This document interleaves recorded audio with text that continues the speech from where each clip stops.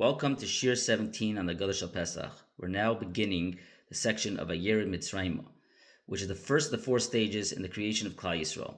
This follows the pasuk in Devarim, Perek Chavav Pasuk Hey, regarding our descent to Mitzrayim and how Klal Yisrael was built there.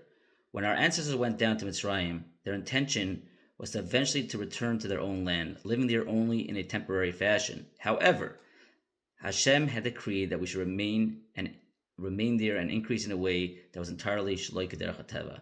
Because we went down with the intention to remain separate as our own nation and to avoid mixing with the Mitzrim, Hashem provides special siyata d'shmaya to help us stay distinguished and to eventually build into Klal Yisrael. This idea is discussed by the Maral, the Gra, and further elaborated upon by Reb Chaim Feinstein in his Haggadah. The Baal Haggadah teaches, Vayeired Mitzraima onos al pi hadibur, and he went down, talking about Yaakov, to Egypt, compelled by the divine word. When Yaakov Avinu went down to Mitzrayim, it was against his will. The Shabudei Aleket and the Ritva explain that it was against his will because he knew that Klal Yisrael was destined to become avadim as part of a divine gezerah. Rashi Bereshis adds that Yaakov felt pain at having to leave the Holy Land for Chutz La'aretz. Nevertheless, he was forced to descend. The Shabudei Aleket notes that through the sale of Yosef, and Yosef's summons for Yaakov to come down, he was effectively compelled to go. The Orchos Chaim offers a slightly different explanation, stating he was compelled because Hashem explicitly commanded him, Al tira merdo mi Mitzraima, do not be afraid to go down to Egypt, promising to accompany him. This constituted an explicit command that overrode his own will. The Haggadah continues, Vayoger Sham, Melamed shelo yorad Yaakov Avinu lehishtakeya b'Mitzrayim elo loger sham.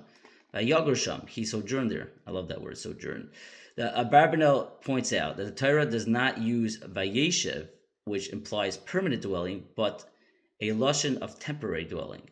Yaakov did not intend lishtakeya to settle permanently in Mitzrayim, but rather to stay only until the years of the famine passed before returning to Eretz Canaan. The Baal Haggadah provides further proof that he did not intend to settle permanently from the pasuk in Bereshis, Mem Zayin pasuk Dalet. Vayoimru el Paroi logor ba'oretz ba'anu, and they said to Paro, "We have come to sojourn in the land."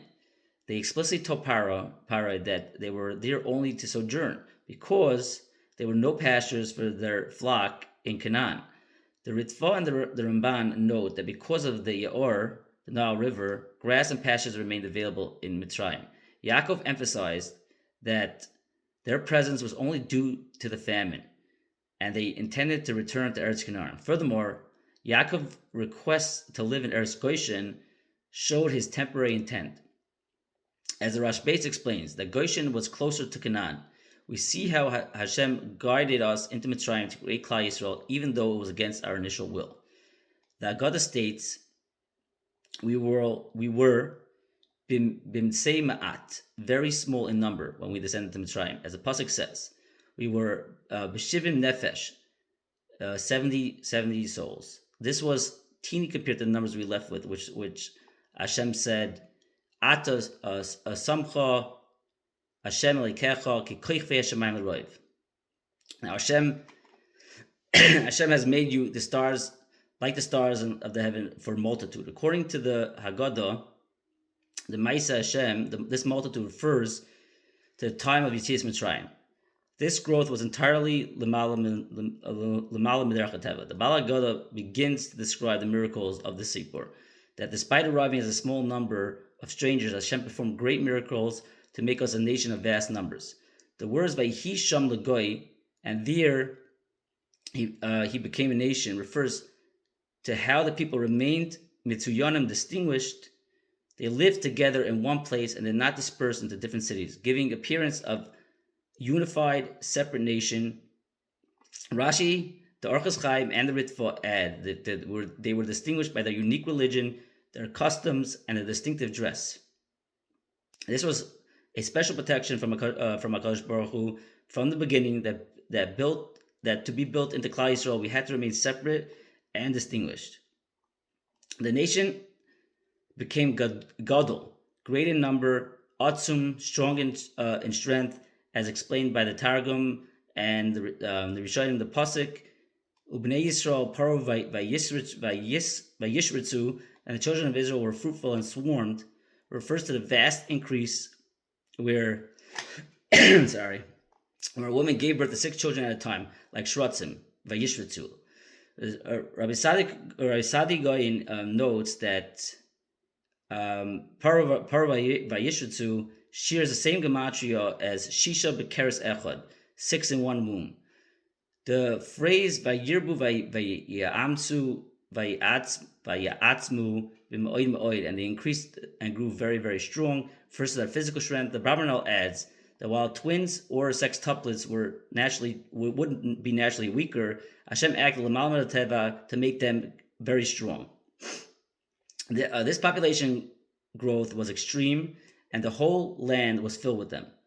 To appreciate this, various Haggadahs provide a calculation of the population. Chazal teach that at least 4/5 of Klal Yisrael died during Makas Choshech. If 600,000 men over the age of 20 left Mitzrayim, the population before the death of the people who died during Makas Choshech must have been at least 3 million men, including women. The total is likely around 6 million.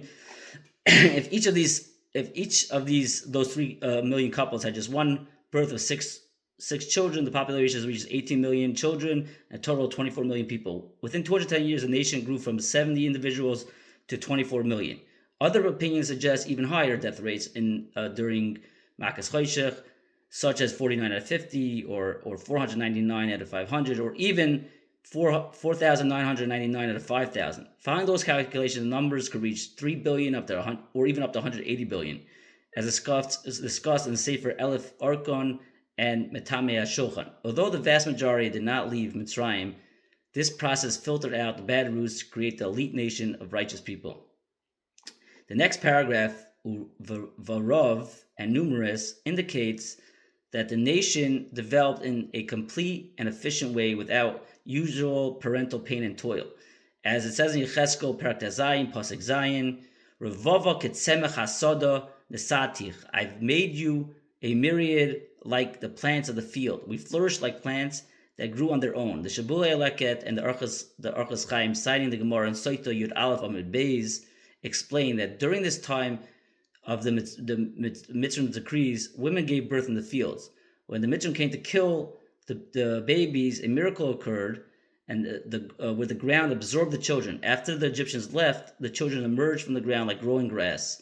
The pasuk continues, "Vatirbi, vatigdalu, and you increased and you grew until reaching maturity. Vativoyu ba'adei adayim, and you reach maturity. This maturity is compared to a girl reaching marriageable age and wearing jewelry to show that she's a marriageable age, representing the time that we were ready for redemption from Gullus." As Radak explains, the pasuk mentions Shadayim dechoini v'sha'arayich tzimech. Thy breasts were fashioned and thy hair was grown. Signs of physical maturity, naris. So with mental maturity and physical maturity. However, even with this maturity and this time of redemption, even though we reached maturity, va'at oirim v'eria, and you were naked and bare. Rashi and the Ritva explain this means we were empty of mitzvahs, specifically the mitzvah of bris milah. The Baal Haggadah adds from Yecheskel, Perek Tezayin Pasuk Vav, ve'ever olayich ve'ereich misboiseses b'damayich. And I passed by you and saw you weltering in your blood. This refers to the pains and troubles of the shibud, leaving them soiled with blood. Chazal in the Midrash Rabbah, Shemois Rabbah, Yud Tes, Ois Hey, teaches that Hashem gave us the ability to engage in the dam of Pesach and the dam of Milah. As the Archas Chaim explained, this filled the void of being naked from mitzvahs. Hashem then said, I said to you, in your blood you shall live. In the merit of these 2 mitzvahs, we were redeemed from Gullus. The uniqueness of these mitzvahs is that they represent Mesiras Nefesh, self-sacrifice. The Karban Pesach involved risking our life by using the Egyptian idols, which was the calf, the sheep, and Milah, involving a physical affliction. In the merit of This Mesiras Nefesh, HaKadosh Baruch Hu acted Mida Keneged Mida, just as a person was Meiser Nafshay, sacrificing themselves, is acting above nature. Hashem acted L'malam Teva to build Klal Yisrael. In summary, this entire process was miraculous in order to build Klal Yisrael. Have a great night. Thank you for listening.